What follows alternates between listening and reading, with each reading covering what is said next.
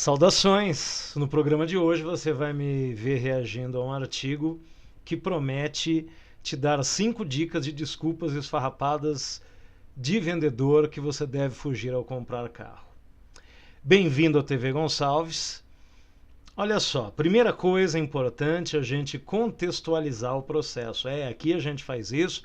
Quem não gosta, a gente já sugere, né? Que procure a sua turma. Muito bem.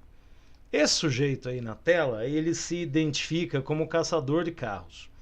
Eu lembro, muitos anos atrás, o nosso querido e saudoso amigo, inesquecível amigo Eduardo Moreiras, ele gostava de ler, de assistir publicações desse camarada aí, e muita gente, em dados momentos, confundia o trabalho que esse cara fazia com o trabalho que eu desempenho na área automotiva e desempenhava antes com muito mais entusiasmo. Então, primeira coisa importante a gente deixar muito claro aqui, a maioria das pessoas que trabalha, que supostamente se definem, se apresentam como consultores automotivos, eles são vendedores com um pouquinho mais de empenho, com um pouco mais de minúcia no processo de escolha e tudo mais. O trabalho que a gente sempre fez, ele ia muito além disso, inclusive orientando muitas pessoas que nos procuravam a não comprar carro. E dificilmente um camarada desse vai chegar a esse tipo de conclusão. Às vezes, quem vai procurá-lo já tem uma ideia meio definida de modelo, de marca, enfim, e quer que ele encontre um carro naquelas condições. A gente também fazia isso, até fazia, mas antes de mais nada era preciso identificar o perfil, a necessidade e muitas vezes chegando ao absurdo para alguns, que era sugerir para essa pessoa ter mais calma, esperar um outro momento ou também indicar um modelo diferente daquele, uma categoria diferente daquela que essa pessoa vinha nos procurar. Isso dito, isso posto, nós podemos começar, porque normalmente os reacts de texto são duas particularidades, né? Quando você reage a um vídeo, você já tem as partes prontas e só interrompe e comenta. Aqui eu acho às vezes mais interessante a gente ler mesmo. Às vezes é mais rápido, às vezes é mais demorado. O mercado de carros usados caminha de mãos dadas com a mentira. Palavras duras para começar. Aliás, as relações humanas caminham de mãos dadas com a mentira, né? Não seria mais adequado? Porque quando a gente fala isso, a gente, momento filosófico, né? Parte da ideia de que tudo é lindo, maravilhoso. Eu me lembrei de uma coisa aqui, gente, só conferir. Porque eu achei que o áudio estava baixo nos últimos vídeos e nesse aqui eu estou retomando. Tem um ganho de áudio na captação do microfone que eu estou testando nesse vídeo. Para quem trabalha com isso, chega a ser cansativo lidar diariamente com pessoas que tentam te enganar, até mesmo quando não é necessário. Eu gostaria de perguntar outra coisa importante, eu não conheço pessoalmente a maioria desses caras, tenho pouquíssimo contato com esses caras por vários motivos, né? Primeiro, a praça onde eu trabalho, eu raramente vou a São Paulo com tempo para ficar brincando de visitar alguém. Então a grande parte dos caras que são de São Paulo e que trabalham na área, eu conheço do meio eletrônico, um ou outro contato, que não é o caso com ele, mas então assim, uma curiosidade, esses 2 parágrafos iniciais aí, essas 2 frases iniciais, eu gostaria de saber quando que não é assim, né? Então, assim, as relações humanas caminham de mãos dadas com a mentira. Relações afetivas, relações trabalhistas, relações comerciais. Para quem trabalha com isso, chega a ser cansativo lidar diariamente com pessoas que tentam te enganar, até mesmo quando não é necessário. Isso, assim, não há razão para demonizar o mercado achando que o carro é o culpado, que o carro usado é o culpado, as pessoas são as culpadas. Eu vou sempre bater nessa tecla, você viu os programas da semana passada, porque às vezes eu percebo que há uma tentativa de terceirizar a responsabilidade, de fazer com que todo mundo pense que ninguém tem culpa de nada, a vida é assim e não é verdade. Já percebi que vendedores mentem tanto que as mentiras passam a ser respostas padronizadas para determinadas situações. E eles nem percebem que estão mentindo. Aí eu vou dizer para vocês mais uma diferença clara entre o trabalho que eu exercito, já exercitei mais, admito, e o trabalho do rapaz. A grande maioria dos caras trabalha como se os vendedores fossem os lobos da história e os compradores fossem os anjinhos da história. E você, que já tentou vender alguma coisa, sabe que não é assim que a coisa funciona. Inclusive, se você perguntar para mim, existe mais picareta comprando, existe mais picareta vendendo, eu precisaria de um tempo para tentar numerar isso daí e poder dizer, porque a briga é boa, existem canalhas dos dois lados do balcão. Vale dizer que quando me refiro a um vendedor, não necessariamente cito um profissional. Até mesmo pessoas físicas, quando precisam vender o próprio veículo, tendem a mentir ou no mínimo omitir coisas negativas do veículo.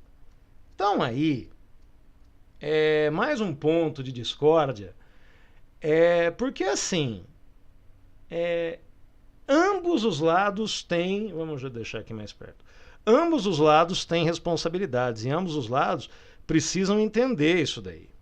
Quando você vai comprar o seu carro, você não pode se deixar levar pela emoção, você não pode se deixar levar pela pressa, pelas opiniões de terceiros que não vão injetar capital financeiro no negócio, para você evitar fazer maus negócios.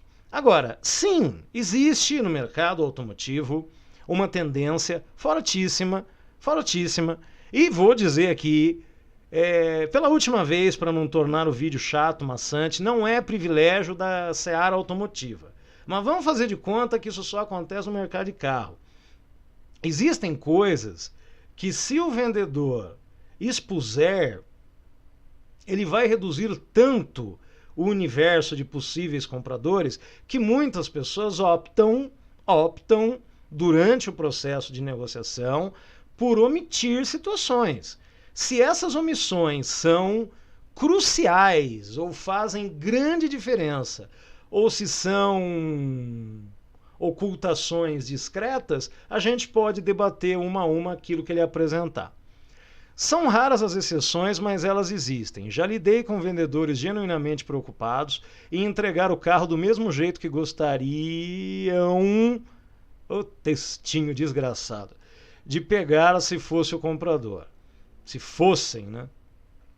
O comprador. Você está no plural, de repente, foda-se. Alguns fizeram até questão de entregar com o tanque cheio, como um brinde para o novo proprietário. Você quer saber de uma coisa? Muitas vezes, quando você dispõe de muita simpatia, você presta bem atenção.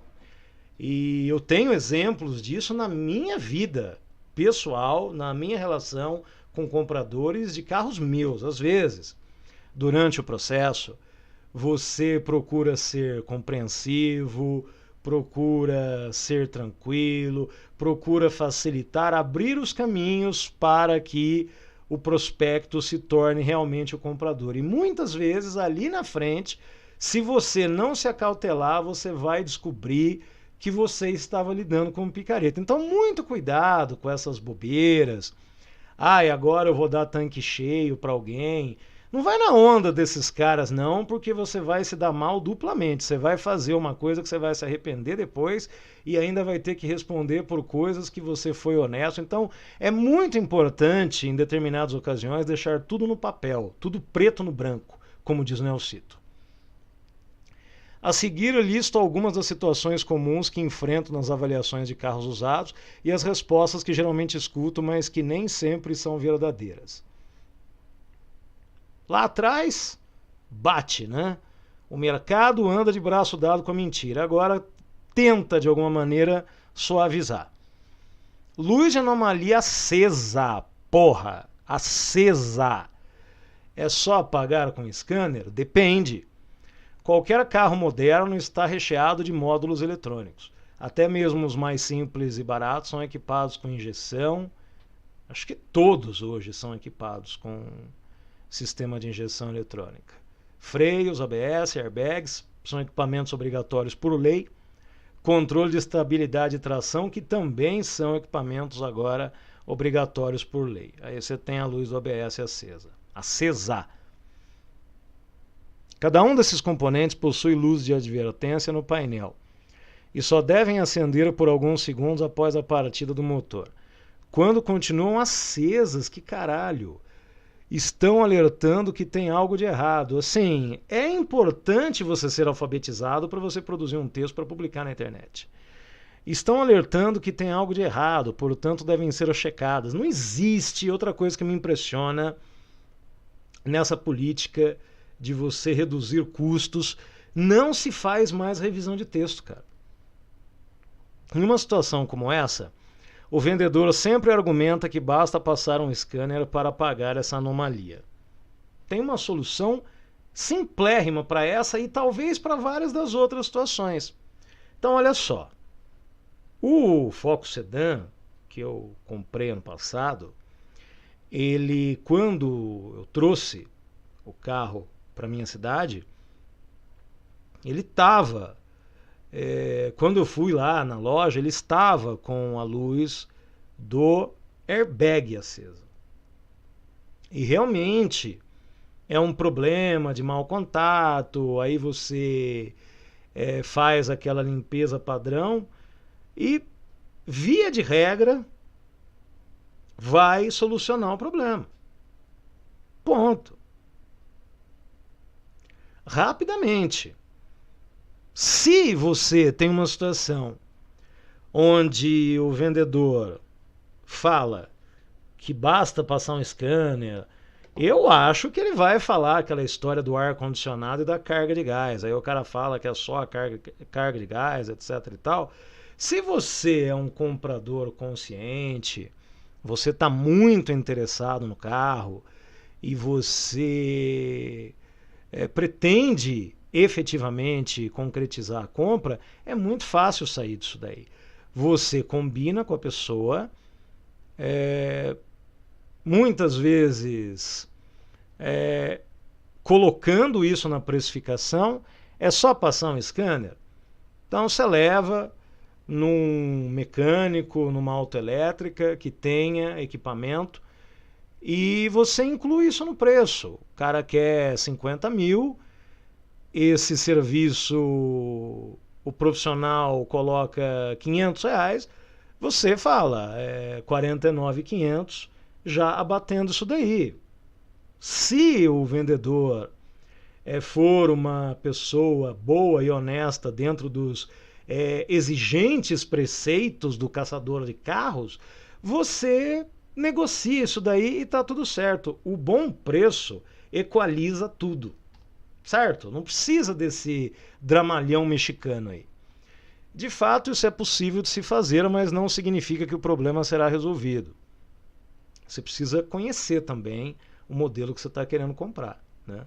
Conhecer particularidades, conhecer defeitos crônicos, conhecer solução para esses defeitos crônicos. Você está no mercado de usados, você está numa seara onde prevalece a mentira, você tem que se preparar. Você quer ir para a guerra, você tem que estar preparado para ir para a guerra. Senão você é apenas um idiota chorão que cronologicamente é considerado adulto. A quem se deparar com isso, recomendo que verifique um ambiente de oficina mecânica o que de fato precisa ser feito. Podemos considerar uma variedade enorme de problemas que uma simples luz quer informar e, dependendo do reparo, o custo pode ser alto e inviabilizar a compra do carro. Ok. Pneu com desgaste irregular, é só alinhar? Quando se olha a mesma situação, quando se olha rapidamente para a banda de rodagem de um pneu, a percepção pode ser positiva de que o mesmo ainda tem bastante borracha para rodar. Porém, o certo é deitar embaixo do carro e observar a banda de rodagem por inteiro. A baita de uma pedreiragem. Não são raras as situações em que o pneu parece bom olhando somente o lado externo, mas está desgastado do lado interno. Esse desgaste irregular, quando em estágio avançado, condena o pneu que deve ser descartado. O vendedor, quando se depara com isso, rapidamente informa que basta fazer o alinhamento. Mas nem sempre o alinhamento é a solução para isso, pois é preciso analisar com mais atenção o que aconteceu para esse desgaste irregular. Mesma situação. Aí ele coloca assim: uma das hipóteses é desgaste de peças da suspensão que faz com que o pneu rode com geometria errada. Somente um alinhamento pode resolver o desgaste irregular do pneu no curto prazo, mas o real problema da suspensão vai continuar lá. Então, o que seria razoável dentro do que eu falei na situação da luz de anomalia? O que você pode fazer nessa negociação? Acho que é bem razoável um pneu que já está desgastado, que precisa ser substituído. Seria legal, dependendo do preço inicial que o vendedor pede no carro, seria bacana você negociar com ele a compra dos pneus novos. A revisão de suspensão é algo que você deveria fazer na revisão de entrega naturalmente. Se no test drive que você faz, então você encontrou o pneu em más condições de rodagem, você durante o test drive detectou ruídos, estalos significativos nessa suspensão, é legal que você negocie valor.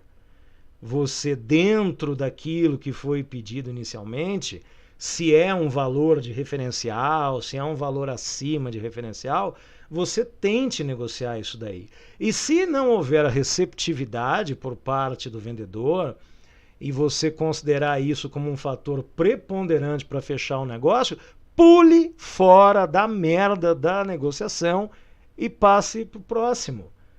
Você não tem obrigação, quando você começa, contar uma coisa aqui, né? Quando você começa uma negociação, você não é obrigado a levá-la a cabo, comprar um carro todo fodido porque você começou, eu estou tomando o tempo do cara. Quando você não quer perder tempo com isso, nós já falamos isso no nosso grupo zilhões de vezes. Você leva a uma loja, você deixa consignado, você inclui esse carro como parte do pagamento do outro que você quer, já sabendo que você vai perder dinheiro, porque você está fazendo duas negociações na mesma empresa, e ponto, acabou. Essa choradeira, sabe, sem meias palavras, é um negócio que me enoja, cara, profundamente. Se você está com o dinheiro contado, você não deveria, sabe, coisas primárias. O carro custa 60 mil. Quanto que você tem para comprar o carro? 60 mil. E o resto? E a revisão de entrega? E a documentação? E os reparos? E as surpresas que vão aparecer no dia a dia? Você está com o dinheiro contado. Você não devia procurar. Agora, você quer pagar para ver? Pague, mas não chore. Ar-condicionado que não gela. Essa é terrível. Essa história de precisa de uma carga de gás. Eu também sou honesto dizer, a não ser nos casos onde o veículo já está numa precificação muito abaixo do que seria compatível para aquele carro, e às vezes por estar muito abaixo, isso inclui outras problemáticas. Você também não acredita que um cara que deixa determinadas coisas quebrarem no carro e andar assim e ficar com essa merda problemática o resto da vida, você não queira acreditar que essa pessoa faz as revisões mecânicas de base, óleo, filtros, etc e tal, em dia, né? Agora, se você é bobo, você tem que pagar o preço. Ninguém mais quer saber de carro sem ar-condicionado, tanto que não existe, não existem mais opções de carros de passeio sem ele. É o tipo de conforto que não dá para abrir mão, mas infelizmente o mercado de usados está cheio de carros com problemas no sistema de ar-condicionado. Sabe por quê? Um dos primeiros motivos... Espera aí que eu me perdi aqui. Um dos primeiros motivos para isso acontecer, e muita gente não sabe, é porque esse ar-condicionado não é usado. Então essa história, ninguém quer carro sem ar-condicionado, é uma meia verdade, porque você vê às vezes carros que eu considero inimaginável, dependendo da cidade onde você está, até riscos que você... mas deixar o carro com ar-condicionado ligado te safa de sofrer com riscos? Evidente que não, mas o Brasil, na sua quase totalidade, é um país que tem um clima quente. E é engraçado você ver, né? Estou fazendo isso para economizar. Às vezes um carro com uma motorização menor seria mais adequado para essa pessoa, né? Do que às vezes estar com um carro melhor, mas que a pessoa precisa andar com o ar desligado porque senão não aguenta a conta do posto. Já me deparei com muitos casos em que o vendedor confirmou que o bom funcionamento do ar... Não. Já me deparei com casos em que o vendedor confirmou que o ar funcionava bem, mas ao chegar na avaliação o mesmo não funcionou. Aí vem a desculpa padrão. É só colocar gás. Não tem como acreditar nisso sem antes levar o carro em um profissional da área para que testes sejam feitos para conseguir o diagnóstico correto. Olha, falo por experiência própria. Evidentemente que alguém que tem uma loja de manutenção em ar-condicionado pode ser até muito mais incisiva e conclusiva.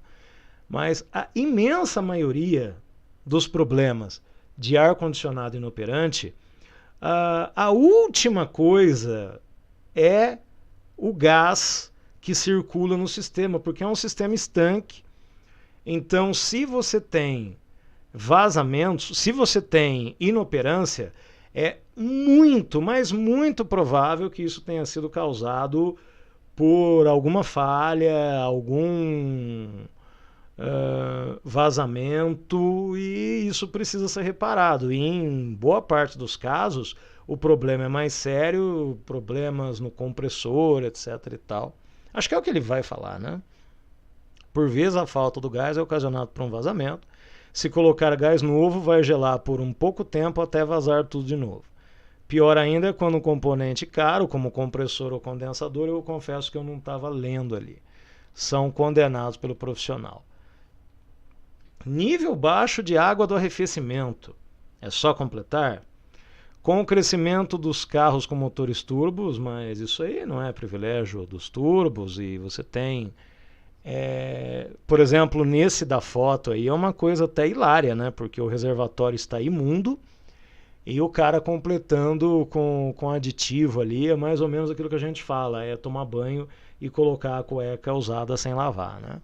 Com o crescimento, ocorre que esses motores são mais complexos, mas não é raro se deparar com motor turbo, mas isso não é exclusividade do turbo, né? No caso do arrefecimento, a checagem é feita no reservatório. Quando trabalha com aditivo e pressão correto, o nível sempre se mantém entre o mínimo e o máximo. Se estiver abaixo do mínimo, provavelmente tem algo errado, mas o vendedor vai dizer que basta completar com água. Aí já diz bem sobre a filosofia, né, de vida do camarada. Mais uma vez, o problema pode ser solucionado apenas no curto prazo, mas então... O arrefecimento de qualquer carro é uma coisa que eu considero primordial você incluir na sua revisão de entrega. Você vai confiar na palavra dos outros para depois ficar esperneando, ele me enganou. É preciso levar o carro em ambiente de oficina para procurar por um possível vazamento e resolver o problema do jeito certo. Isso daí, se de repente fosse orientado esse comprador, porque é assim, você vê que o carro está baixando água significativamente. Você não compra. Você faz um test drive insatisfatório, você não compra. Eu não sei qual é a dinâmica de trabalho dele, se ele cobra por unidade que ele vai ver ou coisa do tipo, porque esse papinho aí para mim são coisas que o comprador deveria consultar, devia internar esse carro. Você está comprando um carro usado. Mas alguém te vendeu a ideia de que é um seminovo, né? Você encosta esse carro, Você faz o que tem para ser feito nele e depois você vai começar a rodar. Pegar e andar? Boa sorte. Era de locadora, mas só a diretoria usou. Eu, lá no passado, acho que vídeos de 2017, eu falo sobre isso. Carro blindado, usado, pule fora. Carro de locadora, carro de entrada. Por exemplo, esses que estão na tela aí. Você tem um Argo, um HB20 e deve ser um Polo ali, um Gol, sei lá. Evita. Porque esses carros eles são disponibilizados para locação e ninguém tem estrela na testa. O que você precisa para alugar um carro? Você precisa de um atestado de bom caráter? Você precisa de um cartão de crédito e estamos conversados. Então, quando você compra um carro de locadora, principalmente esses carros que ficam lá no showroom para serem alugados por qualquer pessoa, a chance... Até tem aquele vídeo do Boris que eu reagi aí semana passada. Tem gente colocando urina, tem gente colocando água para devolver o carro. Bicho, se você compra um carro desse, você precisa... você está dizendo que eu não posso comprar de jeito nenhum? Eu estou dizendo que para você comprar você tem que ter algum tipo de vantagem na precificação e tem que ser muito criterioso na sua revisão de entrega para não ter surpresas desagradáveis no curto prazo. Mercado de usados está recheado de opções que foram de locadoras, tem modelos que parecem que todos foram vendidos para eles, e para encontrar algum de particular é como procurar uma agulha no palheiro. Como também, você vê que são muitas asneiras, né? Como também se o carro ser de particular seja sinônimo de um carro melhor. É muita burrice para o meu gosto. Um argumento muito comum de quem está vendendo um carro que foi de locadora é que era da diretoria da empresa para passar uma ideia de que somente uma única pessoa utilizou. E isso existe. Isso existe, mas muitas vezes são modelos que o camarada que está disposto a comprar um carro de locadora não acessa, são modelos mais caros. Muitas vezes, na maior parte, não na totalidade. Coisa que eu já expliquei aqui recentemente também. Claro que isso pode ser verdadeiro em alguns poucos casos, mas eu sempre escuto isso como se fosse regra. Nunca um veículo de locadora comum utilizado sem dó, cada dia com um motorista diferente, francamente não tem como acreditar nisso. Então não procure carro para comprar na locadora. Olha, eu estou dando aqui soluções de uma complexidade nível hard, não? Olha, eu não acredito que carro de locadora seja confiável para comprar usado. Eu não vou procurar. Como já disse em outras colunas, prefiro evitar carros que foram de locadoras. Ok, é a mesma coisa que eu também faço. Mas se não for possível, que seja feita uma boa avaliação pré-compra e não se deixe enganar com esse papo de diretoria. O bom preço, então você está aqui, né? O bom preço, ele equaliza tudo. Você tem dúvida, mas de repente, é raro isso acontecer, hein? Mas a loja de seminovos da locadora lhe oferece, não, mas o que te falta para fechar é isso, então eu vou abater tanto, você se interessa? Nesse valor você fecha? Mesmo assim para mim? Então cai fora, cresça. Cresça. Acabou, Acabou. Papai foi mais rápido do que papai imaginava. Então, gente... Deixa eu voltar lá para o topo da tela para ficar... que eu estou olhando aqui como que está no vídeo. Agora sim. Então, olha, de tudo isso daí, você pode se livrar desses BOs facilmente, tendo bom senso, evitando... Agora, está preparado para mais uma verdadezinha para a gente terminar? Que o estelionato é um crime sem vítima. Então você pensa aqui. Ele falou aí de carro de particular. Eu vou propor uma situação hipotética aqui para reflexão da comunidade, do canal, para a gente encerrar. Então você tem ali o carro do particular, com baixíssima quilometragem, um carro que foi usado da maneira correta, um carro que já foi levado, por exemplo, numa oficina, ou a oficina que dava manutenção nesse carro, ou numa oficina de livre escolha do candidato a comprador, foi avalizado, tudo lindo, maravilhoso. Só que esse carro, evidentemente, esse vendedor, ele sabe o que ele tem na mão e ele coloca uma precificação alta. O carro tem uma tabela de 60 mil, ele quer 65 mil. O carro está em dia, está padrão, sabe que se vende lixo por 60 mil, o cara se põe no direito de cobrar 65 por essa unidade. O cidadão acha caro. Aí ele vai numa loja, e isso também eu já falei várias vezes. O repasse, e agora, eu não sei honestamente se eu posso reagir a esse tipo de conteúdo sem ter o conteúdo derrubado aqui. Porque se for para trabalhar, para me aborrecer, eu não vou fazer. Eu vou tentar pesquisar isso daí, mas você tem esses canais, tipo do Celso Russomano lá. Então é muito frequente ele atender pessoas que compraram carros usados e muitas vezes eram carros de repasse dentro da loja, né? Ah, mas o Código de Defesa do Consumidor, ele prevê isso, isso e aquilo. Cara, antes de você, o ideal, o que é o ideal? Você se precaver de uma tal forma que você não precisa de nada disso. Então, ok, o carro está sendo vendido abaixo, não existe almoço grátis, está sendo vendido abaixo por alguns motivos específicos. O único motivo bom que você, candidato a comprador, pode encontrar é que esse carro ele seja ruim de mercado. Esse carro, se a loja não se mobilizar a entregar para um comprador nessa modalidade, esse carro vai ficar lá empoeirando meses. Fora isso, todas as outras situações, e aí você poderia colocar uma necessidade financeira urgente por parte do vendedor, o camarada precisa por um problema de saúde, problema de doença, né? Porque vai embora do Brasil, porque o cara falar, né? Por motivo de mudança. Você vai para onde? Ah, eu vou mudar para uma cidade a 200 quilômetros daqui. Aí você vai vender o carro por problema de mudança. Você tem que ter bom senso sempre. Mas se o camarada está vendendo um carro que é bom de mercado, e ele está fazendo essa venda por um valor muito abaixo de um carro aparentemente em excelentes condições, é algo que o cidadão que tem bom senso não cai.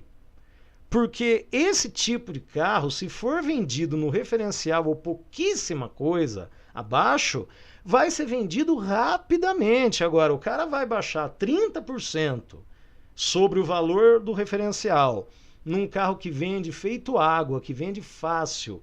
O cara não tá com nenhuma urgência. Acorda, porra. Né?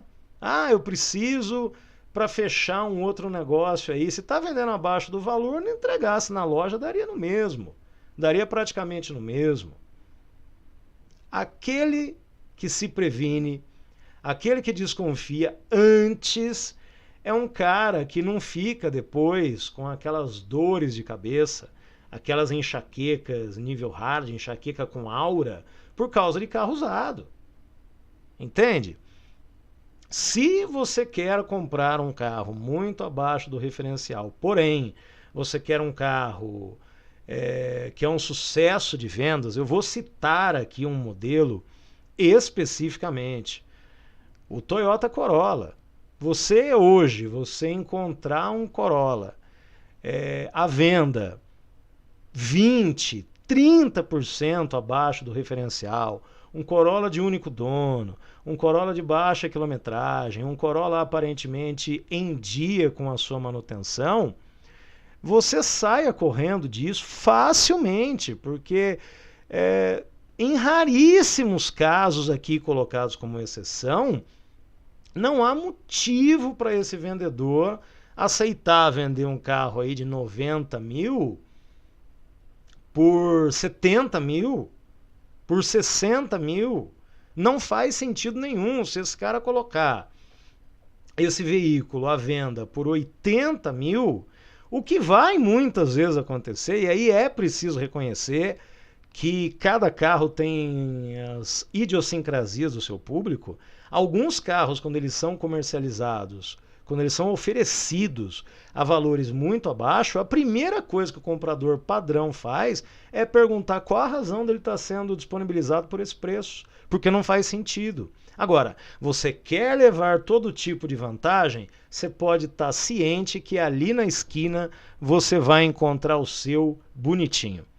São dicas simplórias, mas que às vezes a gente observa e assistindo esses programas, e é algo, dentre as coisas novas que eu quero trazer para vocês, está isso, a possibilidade de reagir a esse tipo de coisa. Você não sabe se é ingenuidade, porque o estelionato é um crime sem vítima. E com essa reflexão, que não é passando a mão na cabeça de ninguém, eu me despeço. Nos vemos no próximo vídeo. Fui. Compra que tá barato.